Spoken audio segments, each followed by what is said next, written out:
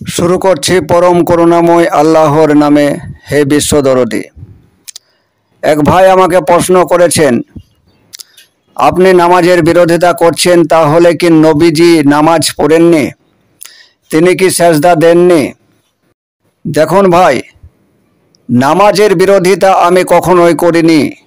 ওই এপিসোডগুলি শুনলেও আপনি দেখতে পাবেন 5 ওয়াক্ত নামাজের প্রতি সম্মান রেখেই আমি কথা বলেছি। তারপরেও আপনার যখন মনে হয়েছে যে আমি নামাজের বিরোধিতা করেছি, কোরআনে একবার নয় 82 বার বলল নামাজকে প্রতিষ্ঠিত করতে। এই প্রতিষ্ঠিত কিভাবে করা যায় তা আপনাদেরকে আমি বোঝানোর চেষ্টা করেছি। এরপরেও যদি আপনি না বুঝে থাকেন, আপনার যদি মনে হয় আমি বিরোধিতা করেছি, সেটা আপনার ব্যাপার, আপনি সেটা বুঝতে পারেন। কারণ আল্লাহ পরিষ্কার কথা ঘোষণা করেছে, আমি যাকে হিদায়ত করি সেই হিদায়ত পাই, যাকে হিদায়ত করি না সে পাই না। তাই আপনাকে হেদায়ত করার মতো ক্ষমতা আমার নাই। যখন আল্লাহই পারে না, তখন আমি কেমনভাবে করতে পারি? আমি নামাজের বিরোধিতা করিনি। নামাজের জায়গায় জায়গায় কথা তুলে আপনাদের সামনে প্রশ্ন রেখেছি, আপনাদেরকে বোঝানোর চেষ্টা করেছি। যেমন সূরা ফাতিহা মাস্ট, প্রত্যেকটা রাকাতে আপনাকে লাগবেই, এছাড়া আপনার নামাজ হবেই না। কিন্তু সেই সূরা ফাতিহায় কি বলছে আপনি কি বুঝতে পারছেন না? আপনি দেখুন না, বাংলা অনুবাদটা দেখুন না। আপনি তো বাংলাটা বুঝেন। আপনি নিজেই বলছেন সেই নামাজে গিয়ে যে আল্লাহ, আমরা তোমারই ইবাদত করি, তোমারই সাহায্য চাই। হে আল্লাহ, আমাদেরকে সরল সঠিক পথ দেখান। এ কথা সূরা ফাতিহাতে আপনি বলছেন, তো সূরা ফাতিহারই কথা এটা। তাহলে আপনি যখন বলছেন যে সরল সঠিক পথ দেখান, কাকে বলছেন? আল্লাহকে বলছেন সরল সঠিক পথ দেখান। আচ্ছা, সরল সঠিক পথ দেখতে চাইছেন কেন? আপনি তো সরল সঠিক পথে আছেন। তাহলে সরল সঠিক পথ আপনি দেখতে চাইছেন কেন? তাহলে সরল সঠিক পথ অন্য কোথাও আছে বলে আপনার মনে হচ্ছে না? কেন আপনি সূরা ফাতিহার মধ্যে, নামাজের মধ্যে একথা বলছেন যে আমাকে সরল সঠিক পথে দেখান? আল্লাহকে দেখার কথা বলছেন কেন? যে আমাকে দেখান, আমাকে সাহায্য করুন, আমরা তোমার প্রার্থনা করছি। কেন বলছেন? এই প্রশ্নটা আপনার ভেতরে জাগছে না কেন? আপনি এই সহজ কথাটি বুঝতে পারছেন না? যদি আর পথ নাই থাকলো, এটাই যদি সরল সঠিক পথ হয়ে থাকে, আর কোনো সরল সঠিক পথ যদি নাই থাকে, তাহলে কেন আপনি বলছেন সূরা ফাতিহায়? কেন নবীজি আপনাকে শিখালো সূরা ফাতিহায় এই কথা বলো?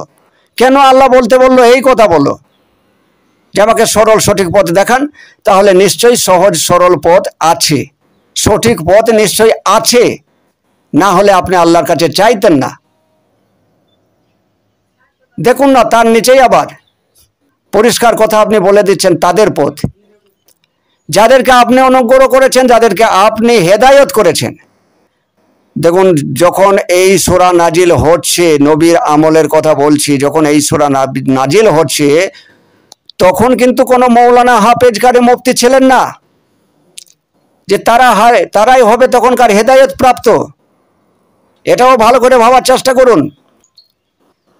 যখন কোরআনে এই আয়াত নাজিল হচ্ছে, তখন হাফেজ কারি মৌলানা মুফতি তখন নাই। কারণ এদেরকে হতে গেলে, ডিগ্রিধারী হতে গেলে তো মাদ্রাসার প্রয়োজন আছে, শিক্ষার প্রয়োজন আছে। কোরআন তো নাজিল হচ্ছে মাত্র। তাহলে সূরা ফাতিহায় এই কথা আপনি বলছেন যে তাদের পথ, যাদেরকে তুমি অনুগ্রহ করেছো, যাদেরকে তুমি হেদায়েত করেছো, যাদেরকে তুমি পথভ্রষ্ট করো নাই। এত কষ্ট করে বলার পরেও বুঝতে পারছেন না আমি নামাজের বিরোধিতা করছি? কখনোই নয়। এই হেদায়েত প্রাপ্ত একমাত্র আমার নবীজি। তিনি হেদায়েতের মালিক, তিনি হেদায়েত দিয়েছিলেন। আল্লাহ তো মালিক বটেই, কিন্তু ভাবুন তো, নামাজ কে এনে দিল? কার মুখে থেকে নামাজের কথা প্রথম শুনলেন?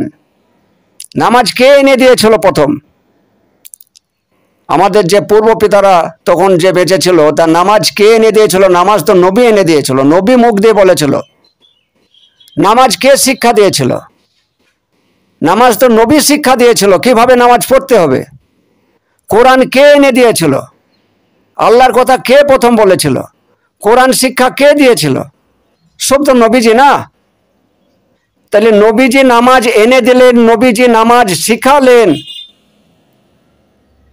কিভাবে নামাজ কায়েম করতে হবে, কিভাবে নামাজ প্রতিষ্ঠিত করতে হবে। তারপরেও বলবেন যে নবী কোন নামাজ পড়েছিল?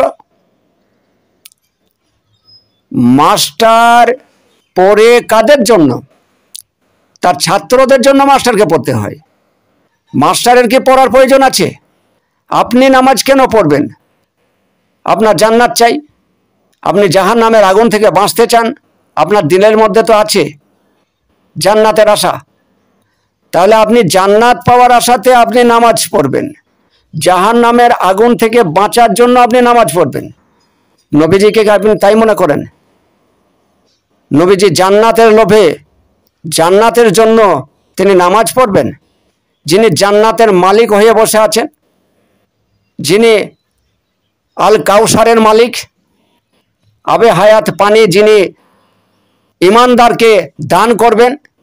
আল্লাহ তো বিচারক, কঠিন রোজ হাসরের দিনে তিনি বিচারকে বসবেন। আর সেই যে গরম,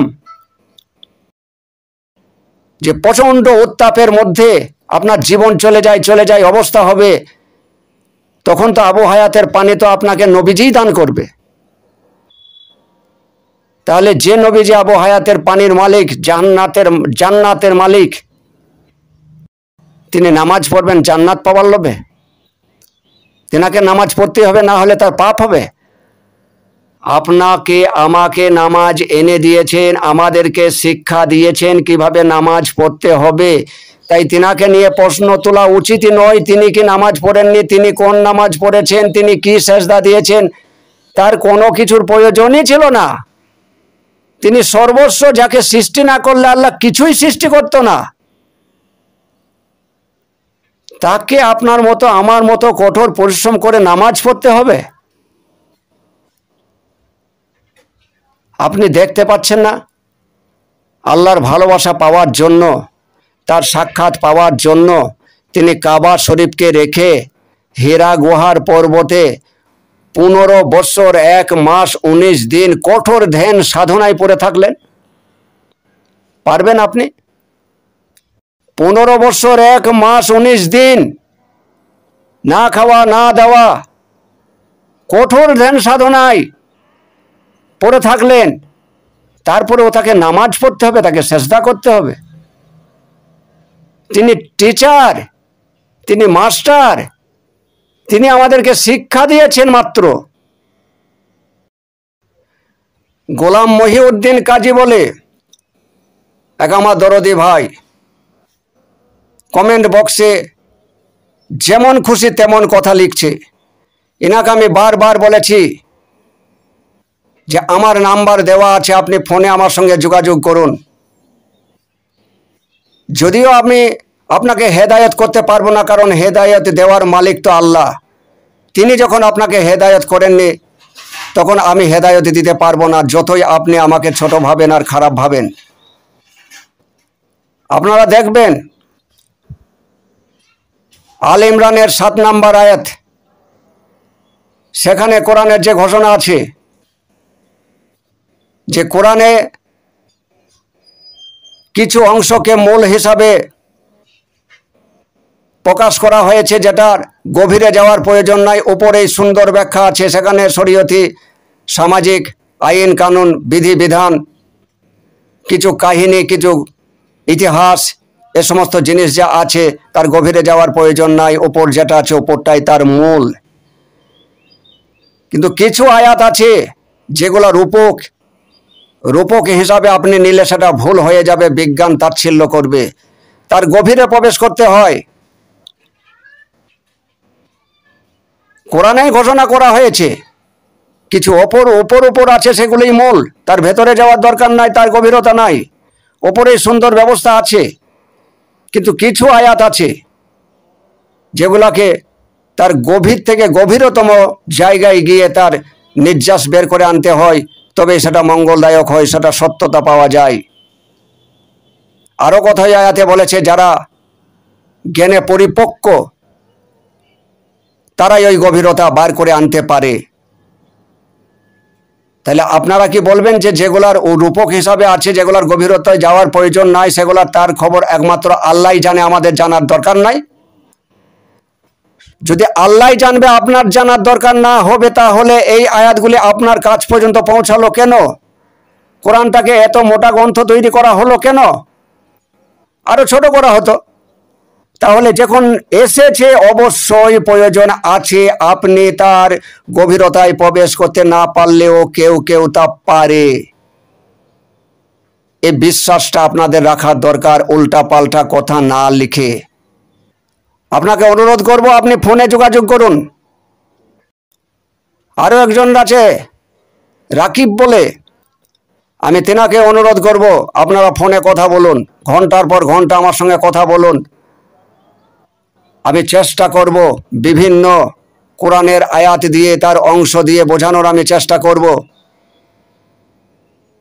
আল্লাহ যদি হেদায়েত করে অবশ্যই হবে। কমেন্ট বক্সে এমনভাবে কমেন্ট লিখছেন, কমেন্ট আমার বুঝাই করে দিচ্ছেন। একটা এপিসোডের পিছনে 5টা 7টা করে কমেন্ট। এত বড় পণ্ডিত হয়ে গিয়েছেন? কথা বলুন, সাহস থাকলে কথা বলুন আমার সঙ্গে ফোনে। নবীজি কোন নামাজ পড়েছিল? নবীজি কোন সেজদা দিয়েছিল? নবীজি কি নামাজ পড়েনি? আপনার আমার মতো? নবীজি আপনার আমার মতো বেহেশতের লোভে নামাজ পড়ে সেজদা দিচ্ছি আল্লাহকে, আর আমার দিলে গাঁথা আছে বেহেশত, আমার দিলে গাঁথা আছে হুর, আমি গেলে 70টা হুর পাবো।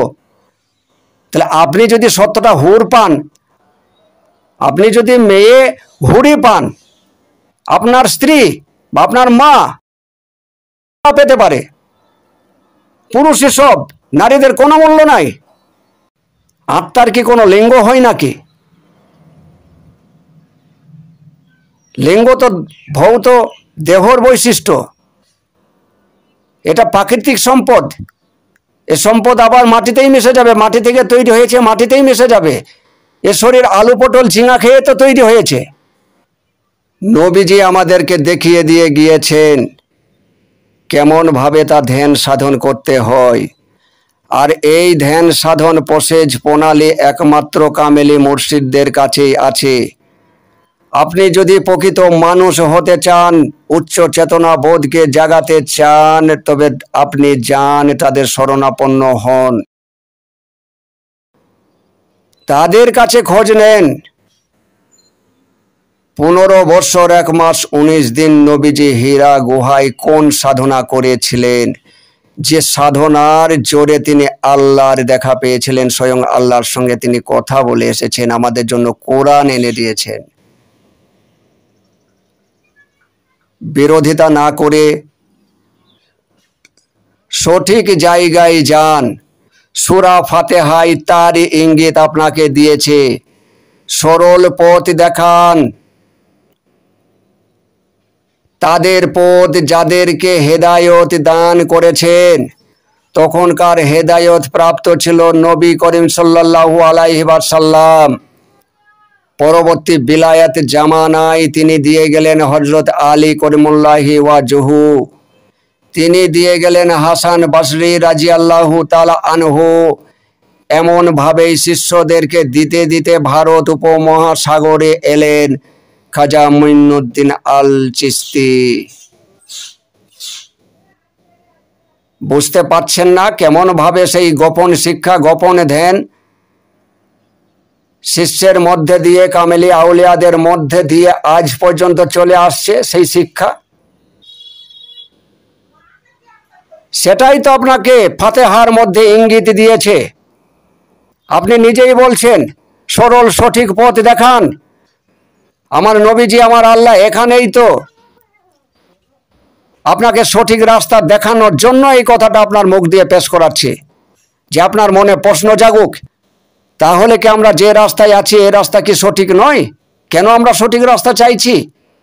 কেন আমরা বলছি যে তাদের পথে নিয়ে চলো, যাদেরকে তুমি হেদায়েত দান করেছো, যাদেরকে তুমি অনুগ্রহ করেছো, যাদেরকে তুমি পথ ভ্রষ্ট করোনি, তাদের কাছে কেন যাবার জন্য আল্লাহর কাছে প্রার্থনা করছি? তারা কে?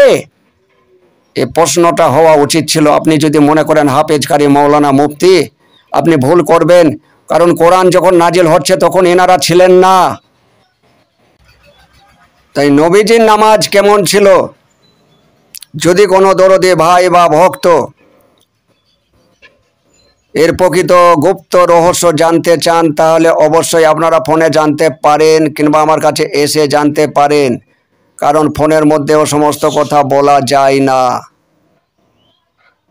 আমি সোশ্যাল মিডিয়ায় দিতে পারছি না, এর জন্য আমি ক্ষমা প্রার্থী। আজ এখান থেকেই থাক, খোদা হাফেজ।